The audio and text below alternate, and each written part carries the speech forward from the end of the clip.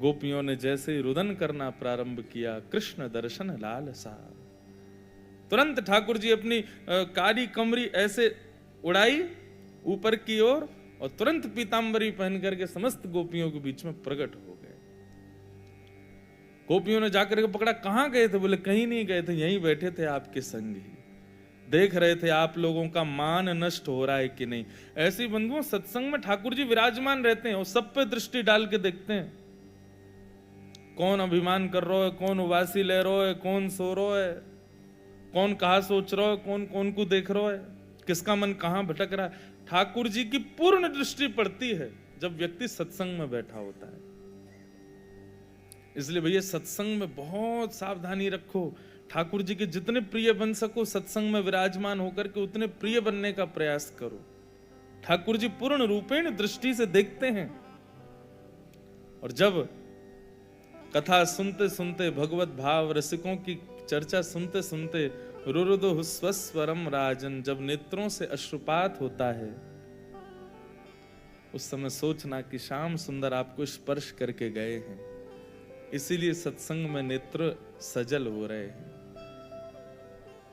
संसार के लिए नेत्र सजल होना समझो संसार का स्पर्श है, परंतु भगवत संबंधी वार्ता, भगवत संबंधी दर्शन में नेत्रों में आंसू आ जाए ना, समझो श्याम सुंदर छू के गए अभी अभी। उनके स्पर्श का ही ये परिणाम है कि नेत्र भीग गए। तो ऐसे उत्सव, ऐसे समायोजन, ऐसे सत्संग की चर्चाएं होती रहनी चाहिए। ठाकुर जी आमंत्रित होते हैं, ठाकुर जी पधारते हैं, सबको देखते हैं कौन कैसे किस भाव में। कई बार हम कथा करते हैं, कथा करते करते देखते हैं कितने वैष्णव कितने भावावेश में आ जाते हैं, नेत्रों से अविरल अश्रुधार गिरती है बिना रोके। तब मन में भाव आता है ठाकुर जी इसको छू नहीं, इसकी गोद में ही बैठ गए, इसीलिए इतना भाव उत्पन्न हो रहा है। तो निताई गौर परिवार, हमारी खूब प्रार्थना श्री राधारमन लाल जी से, इनको इतना बल दें, इतना बल दें, इतना बल दें। किस चीज के लिए? केवल केवल सत्संग के लिए। बाकी संसार के जितने भी भोग उपभोग आदि वस्तु हैं उसके लिए ठाकुर जी भले ही इनका बल ले लें, लेकिन सत्संग के लिए बल दें। ये बात बिल्कुल हम सत्य कह रहे हैं। ठाकुर जी से कभी भी सांसारिक उपभोगों के लिए किसी भी प्रकार का आशीष मत मांगा करो। वो हमारा कर्तव्य है, हम अपने आप करेंगे, सुख दुख सब हम अपने आप भोगेंगे, अपने कर्म से भोगेंगे। ठाकुर जी को उसके लिए परेशान नहीं करना चाहिए। ठाकुर जी से सदा यही मांगो कि नाथ कैसी भी परिस्थिति स्थिति आवे हम आपको भूलें नहीं, बस आपकी स्मृति सदा हमारे चित्त में विराजमान रहे, आप सदा हमको प्रिय रहो, हम आपके प्रिय रहें बस। बाकी जीवन में जितनी आएंगे सब हम सहेंगे, हमारे कर्म है, हम भोगेंगे, लेकिन आप उसके लिए कोई प्रयोजन मत करना।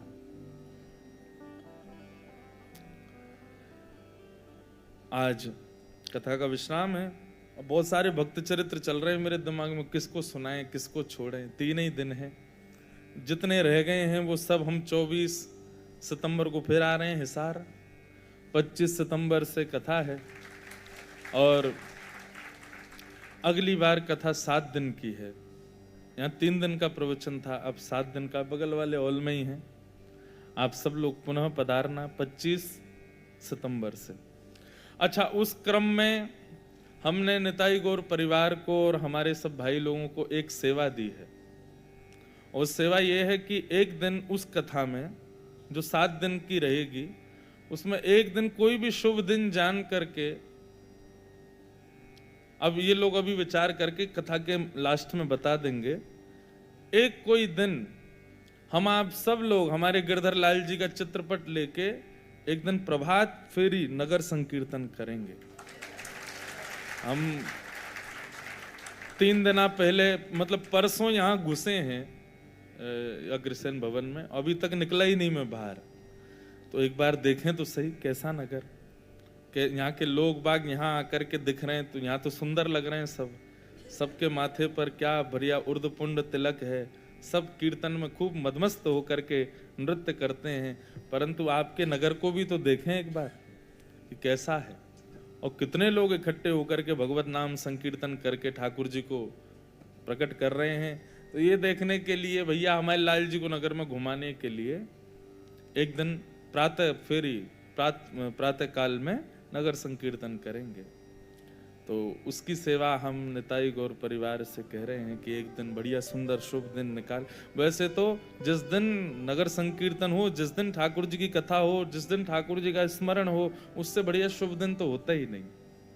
तो जिस भी दिन आप लोगों को उचित लगे, सुबह प्रभात फेरी नगर संकीर्तन हो, आप सब लोग पधारना। यहीं से चलेंगे, बढ़िया लाल जी को घुमा के लाएंगे, कीर्तन करते हुए नाचते कूदते, बढ़िया एक्सरसाइज भी हो जाएगी, कूद कूद के बढ़िया नाचेंगे, नृत्य करेंगे, आनंद करेंगे। तो एक दिन का नगर संकीर्तन भी रहेगा उस कथा में। आप सब लोग समय का ध्यान रख के पधारना।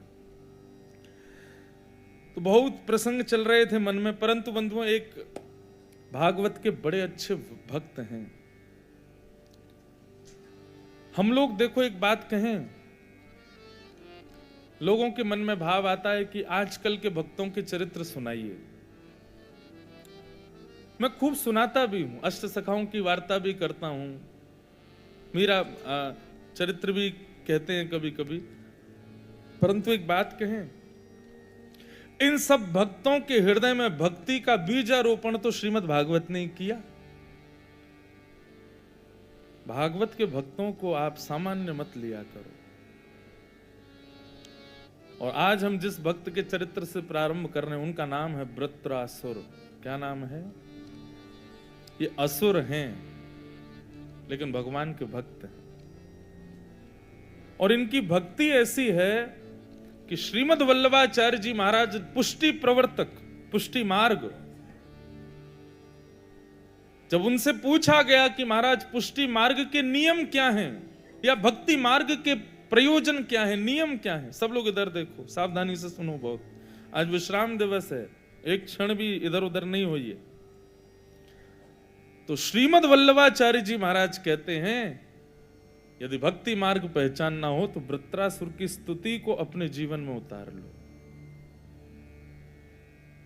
हमारे वृंदावन के परम पूजनीय प्रातस्मरणीय श्री मलुक पीठाधीश्वर महाराज जी कहते हैं, भक्तों को अपने घर में, अपने फोन में, अपने घर के बाहर, अपने निज कक्ष में वृत्रासुर की इन श्लोकों को लिख लेना चाहिए, रोज देखे। ऐसा है भक्त वृत्रासुर। लाइट गई, श्याम सुंदर आ गए। जय जगन्नाथ। कालिया आ गए हो, सब श्याम वर्ण के हो गए अचानक से हमें छोड़ के। तो यही तो मीराबाई का स्वरूप था। किसी को भी श्याम वर्ण में देखती हैं, बोलती तुम पे कितनी बड़ी कृपा है, ठाकुर जी ने अपना वर्ण दिया। तो बंधुओं, वृत्रासुर का पूरा चरित्र सुनाना अभी इतना अवकाश नहीं, परंतु वृत्रासुर की स्थिति केवल सुन लीजिए कि वृत्रासुर युद्ध मैदान में खड़ा था, और असुर है तो युद्ध किससे हो रहा होगा? देवताओं से।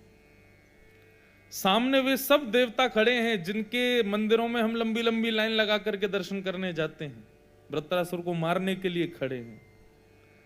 इंद्र मुख्य रूप से खड़ा है, 33 करोड़ देवता खड़े, और वृत्रासुर असुरों की सेना लेकर के गया तो था लड़ने के लिए, परंतु देवताओं के हाथ में वज्र देख करके सारी सेना असुरों की भाग गई, अकेला वृत्रासुर रह गया।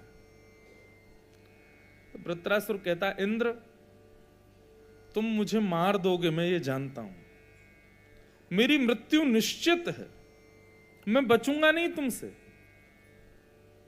परंतु मैं कर्तव्य करूंगा, लड़ूंगा, परंतु लड़ने से पहले मैं अपनी एक अंतिम इच्छा पूरी करना चाहता हूं।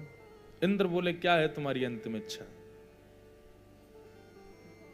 बोले, मैं बस अपने प्राण त्यागने से पहले अपने प्रियतम को स्मरण करना चाहता हूं। मेरे प्राण जाने वाले हैं, मैं चाहता हूं कि मैं नाथ को एक बार स्मरण कर लूं, मुझे आज्ञा है इंद्र। इंद्र कहते हैं, कितना समय चाहिए? बोले, जितना दे सको, क्योंकि अपने हृदय की बात प्रियतम से कहने के लिए समय कितना भी दे दो कम ही पड़ जाएगा, परंतु फिर भी मुझे अंतिम इच्छा पूरी करने दो। सारे देवता बैठ गए, मानो ऐसे बैठे हो जैसे कोई वक्ता मंच पर बोल रहा हो और सब श्रोता बैठे हो। ऐसे 33 करोड़ देवता बैठ गए और वृत्रासुर उन सब के बीच में मरने के लिए खड़ा है इन्हीं के हाथों। और तब भगवान की स्तुति गाता है, अपने आयुधों को नीचे पधरा दिया और आकाश की ओर देखता है। भोलेनाथ, मैंने सुना है कि आप वहां विराजते हैं, जरा मेरी प्रेम भावना सुनो ना। और वृत्रासुर क्या गाता है कि अहम हरे तब पादई कमूल दासानुदासो भवतास्मि भूय मन स्मरेता सुपतिर्गुणांस्ते गृणीतवा कर्म करोतु काय। अगर संभव हो बंधुओं, ये 3 श्लोक याद कर लीजिएगा आप वृत्रासुर के।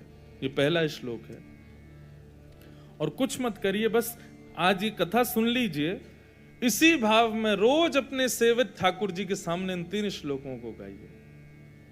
आप हर दिन अपनी भक्ति में श्रेष्ठ होते चले जाओगे। वृत्रासुर कहता है, नाथ मुझे आपसे कुछ मांगना है। आकाश में श्री राधा रमण लाल प्रकट हो गए। मांगो वृत्रासुर, क्या चाहिए? बोले पहले वचन दो, जो मांगूंगा सो दोगे मुझे। भगवान बोले तुम मांग लो, हम दे देंगे। बोले नहीं नहीं नहीं, आप विश्वास के पात्र नहीं हो, पहले वचन दीजिए, जो मांगूंगा सो दोगे। ठाकुर जी ने वचन दिया, जो मांगोगे सो दूंगा। बताओ क्या चाहिए?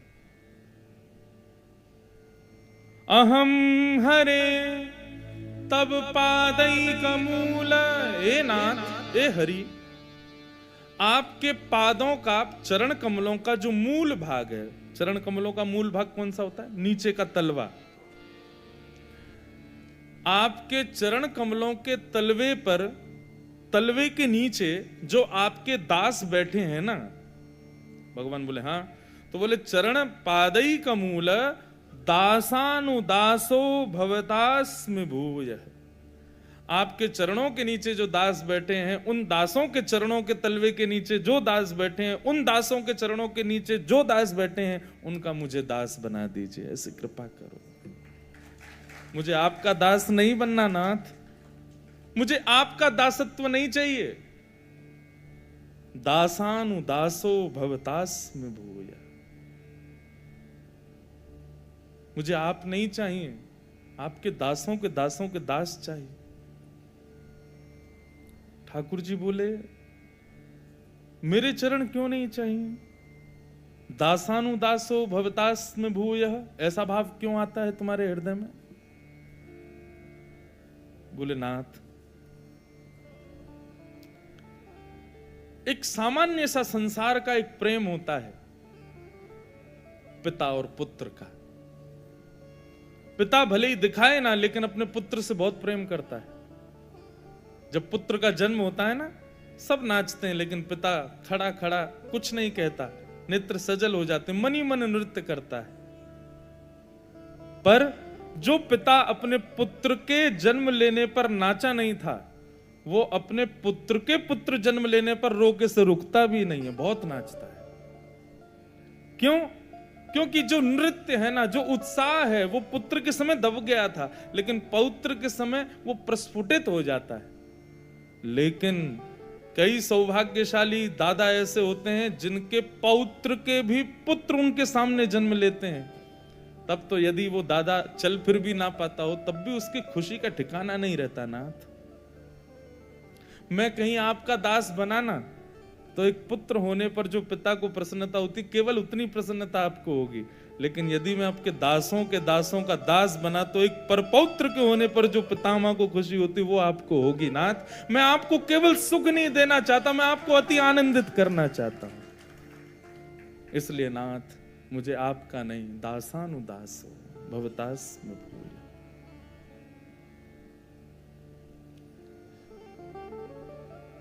मुझे दासों का दास बनाओ। बंधुओं, मैंने पहले दिन भी कथा में कहा था, ठाकुर जी के चरण प्रीति प्राप्त हो यह विशेष बात नहीं है, लेकिन ठाकुर जी के संत जन, वैष्णव जन, भक्त जनों की चरण प्रीति अगर हृदय में हो जाए, बहुत बड़ी बात है। ठाकुर जी उससे बड़े प्रसन्न रहते हैं। ठाकुर जी की अति प्रसन्नता का प्रतिफल स्वरूप होता है वैष्णव चरण सेवा में निष्ठा होना। लोगों को भगवत सेवा में आलस्य नहीं आता। ठाकुर जी की सेवा करवा लो कितनी भी, आलस्य नहीं आएगा, लेकिन संतों की सेवा में आलस्य आ जाता है, वैष्णवों की सेवा में आलस्य आ जाता है, कुभाव हृदय में उत्पन्न होने लगते हैं, भाव क्षीण हो जाते हैं। इसका मतलब वहीं आपकी दीनता और आपकी सेवा का परीक्षण होता है, जब किसी वैष्णव की आप सेवा करो। क्यों? क्योंकि ठाकुर जी को तो आप जैसी सेवा कर लो, बेचारे कुछ कहेंगे तो है नहीं। आप जली हुई रोटी का भोग लगा दो, बेचारे पा लेंगे चुपचाप। सुला दो, पंखा मत चलाओ, सो जाएंगे। एसी मत लगाओ, कोई बात नहीं। नुकीले चुबीले वस्त्र पहना दो, फिर भी ठाकुर जी बेचारे पहन के खड़े ही रहेंगे, ऐसे कुछ नहीं कहेंगे। लेकिन संत सेवा, वैष्णव सेवा, उसमें तो असली परीक्षा होती है कि आपको सेवा आती है कि नहीं। दासानुदासो भवतास में भूयः। पहली बात कि मुझे आपका दास नहीं बनना, आपके दासों के दासों का दास मुझे बना दीजिए। ठाकुर जी देख करके मुस्कुराने लगे। वाह वृत्रासुर, हमारे दासों का दास बनना है, इसके पीछे कोई कारण? वृत्रासुर बोला, आप कहीं मेरी स्तुति सुनकर के ये मत सोचना कि मैं आपको मीठी मीठी बातें बोल करके अपने बातों के जाल में फंसा रहा हूं। नाथ, आप कदापि ऐसा विचार मत करना। बंगाली में कहते हैं अति भक्ति चोरे लक्षण। अति भक्ति चोर का लक्षण होता है। कई लोग आपने भी देखे होंगे, वैसे तो देखो दुर्गुण किसी में नहीं देखना चाहिए, लेकिन कई लोग ऐसे होते हैं जबरदस्ती दुल्लर तिल्लर होते हैं चरणों में, जबरदस्ती अति भक्ति दिखाएंगे अपनी, और ये चोर का लक्षण होता है। मैंने तो कल भी कहा कि जो वैष्णव सच्चा भक्त होगा ना, वो अपनी भक्ति छुपाएगा, दिखाएगा नहीं।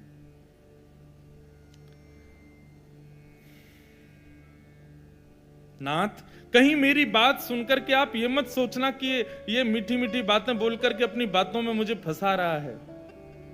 नाथ, मैं वास्तव में आपके दासों का दास बनना चाहता हूं। ठाकुर जी बोले, इतनी दूरी क्यों? तब वृत्रासुर कहता है, दूसरा श्लोक, न नाक पृष्ठम न च पारमेष्ठम न सार्वभौमं न रसाधिपत्यं न योग सिद्धिं अपुनर्भवं वा समंजसत्वा विरहै आकांक्षे।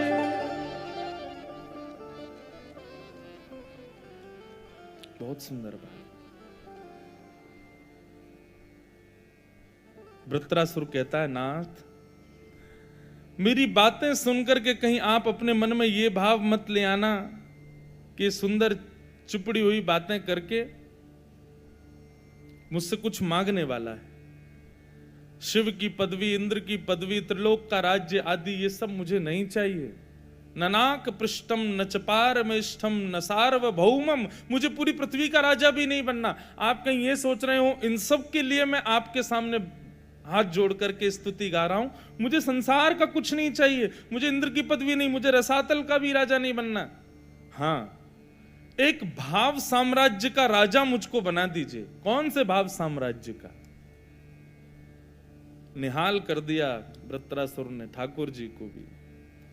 वृत्रासुर कहता है समंजसत्वा विरहय कांक्ष, हे नाथ मुझे आपका अतिशय विरह हो जाए, आपकी याद में मैं तड़पने लग जाऊं, ऐसी कृपा मेरे ऊपर कर दीजिए, पर मुझे कभी मिलना मत, आप मुझे तड़पने दीजिएगा। आपकी खूब याद आए, आपका खूब स्मरण हो, मिलने के लिए हृदय मेरा तड़पे, देखने के लिए कान तड़पें, सुनने के लिए कान तड़पें, देखने के लिए नेत्र तड़पें, एक एक अंग मेरा आपको पाने के लिए तड़पे नाथ, पर आप कृपा करना मेरे ऊपर कि मुझे मिलना मत, मुझे तड़पने देना।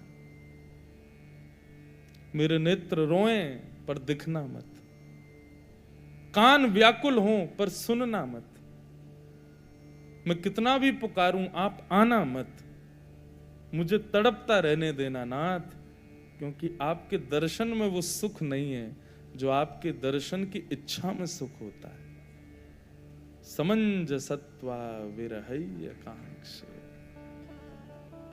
मुझे उस विरह के भाव साम्राज्य का आप अधिपति बना दीजिए। आप किसी को थोड़ा विरह देते हो, लेकिन संसार में जितना विरह है वो सब मुझे दे दीजिए। पर बस मेरी एक ही आकांक्षा, एक ही प्रार्थना है आपसे, मुझे कभी मत दिखना आप। कहीं दया आ जाए कि बेचारा तड़प रहा है, इसको मिल लूं मैं ना, तड़पने देना।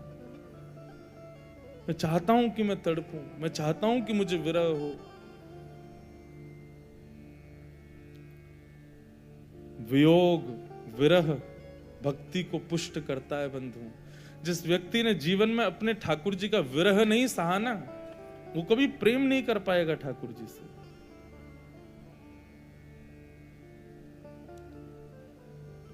एक बात बहुत निष्कपटता निश्चलता से बोल दूं, हम गिरधर लाल जी की सेवा करते हैं, उन्हीं के संग सोते हैं, उन्हीं के संग रहते हैं, कहीं भी जा रहे हैं तो वो संग जाते हैं।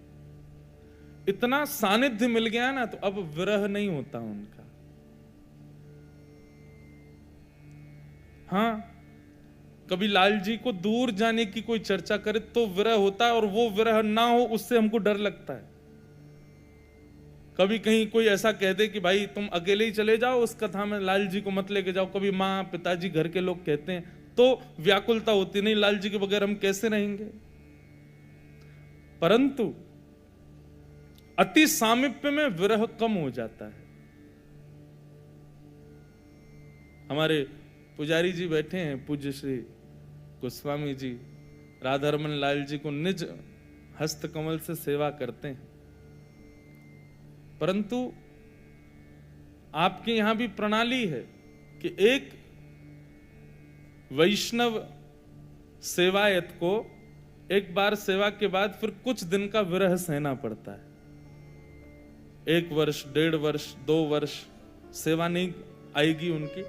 अब बात अलग है कि बीच बीच में ठाकुर जी की सेवा कोई और गोस्वामी की भी हो तो हम प्रवेश कर सकते हैं, आपके यहाँ ऐसी प्रणाली है। परंतु ये प्रणाली ऐसी क्यों बनी कि भाई इतने दिन का विरह सहना ही पड़ेगा, ठाकुर जी की दोबारा सेवा के लिए 1.5-2 वर्ष का समय लगेगा ही। क्यों? ताकि प्रेम अति सामीप्य में कम ना हो जाए। थोड़ा दूरी बनेगी, दूसरे पुजारी सेवा करेंगे, दूसरे सेवाएं जब सेवा में जाएंगे तो जिस सेवा से आप वंचित हुए उससे आपकी सेवा और व्याकुल रहेगी। अब 1.5 वर्ष का इंतजार है, 1.5 वर्ष बाद हम जाएंगे भीतर। बिना विरह के प्रेम पुष्ट नहीं होता बंधु। जिसने अपने जीवन में कभी विरह नहीं सहा, वो प्रेम की चरम उत्कृष्ट सीमा को नहीं प्राप्त कर पाएगा। मीराबाई, जब मीराबाई को बहुत याद आती थी ना ठाकुर जी की, तो मीराबाई पत्र लिखती थी, पतियां मैं कैसे लिखूं, लिखी न जाए। उसमें भी मीराबाई अपने प्रेम उद्गार पत्र में लिख करके ठाकुर जी को अपने हृदय को शांत करती थी, पर पत्र भी लिख नहीं पाती थी मीराबाई। क्यों? कलम धरत मेरो कर कांपत है, कलम धरत मेरो कर और जैसे तैसे हाथ पकड़ के लिख भी देती हूं, सब मिट जाता है। क्यों? नैन रहे हैं झराए, पत्तियां में कैसे लिखी। रात भर रोती मीराबाई, या तो लिखा जाएगा नहीं, हाथ इतने कांपते हैं, और जैसे तैसे बेचारी संभाल के अपने हाथ को पकड़ के लिख भी लेती। इतने आंसू गिरते कि लिखने के बाद जब पत्र देखती ना, सब मिट गया होता था। कैसी विरह की अग्नि में तपती है मीराबाई। कौन नहीं तपा, मुझे नाम बताइए आप, किसी एक ऐसे भक्त का, किसी ऐसे एक वैष्णव का जिसने अपने जीवन में विरह ना सहा हो। गोपाल भट्ट की हृदय वेदना प्रगट्यो शाले ग्राम, रूप सुधा को खान हमारो श्री राधा रमण जी। विरह हुआ तभी तो प्रकट हुए, बिना विरह के ठाकुर जी प्रकट नहीं होते। तो ये बात मैं उन लोगों के लिए कह रहा हूं, जैसे वृंदावन की याद आई तुरंत टैक्सी बुक किए भाग गए वृंदावन। अब नहीं करना है ऐसा। थोड़ा तड़पने दो खुद को, थोड़ा विरह में आने दो, थोड़ा व्याकुल होने दो हृदय को, क्योंकि व्याकुलता, विरहता ये प्रेम में और पुष्टि देती है। भक्ति का तीसरा सूत्र है विरह। जो विरह से बचता है, मैं खुद बचता हूं, लेकिन मैं आपको बोल रहा हूं आप मत बचो। मैं ज्यादा विरह में रहा तो फिर कथा नहीं कर पाऊंगा। लोग बाग इतनी व्यवस्थाएं कर देते हैं कथाओं की, बेचारों के लाखों रुपए खर्च होते हैं, कहीं वो बर्बाद नहीं हो जाएं, इसलिए हम ज्यादा विरह में रह नहीं सकते। पर आप तो रह सकते हैं ना, विरह सही है। बात कहूं तो कहत न आवे। मीराबाई की स्थिति क्या है? पत्र लिखूं तो हाथ कांपता है, लिख भी दूं तो नेत्रों से आंसू इतने गिरते सब बह जाता है। किसी से कह लिया करो अपने मन की बात, थोड़ा हृदय हल्का हो जाएगा मीरा। तो बात कहूं तो कहत न आवे, क्यों? जीव रही है डराए, जीव डरती है मेरी बोलने में। विपत हमारी देख तुम चाले, कहियो हरि जूस जाए। किसी और को बोलते हैं, मैं ना तो बता सकती हूं ना लिख सकती हूं, लेकिन मेरी स्थिति देख तो रहे हो ना तुम, यही उपाय ठीक है। आप जाके श्री राधा रमन जी को वृंदावन बता देना मीरा की स्थिति कैसी है। पत्तियां में कैसे लिखूं, लिखी न जाए। मीरा के प्रभु गिरधर नागर, मीरा के प्रभु गिरधर नागर, चरण कमल रखाए, चरण कमल रखाए। पत्तियां में कैसे लिखूं, लिखी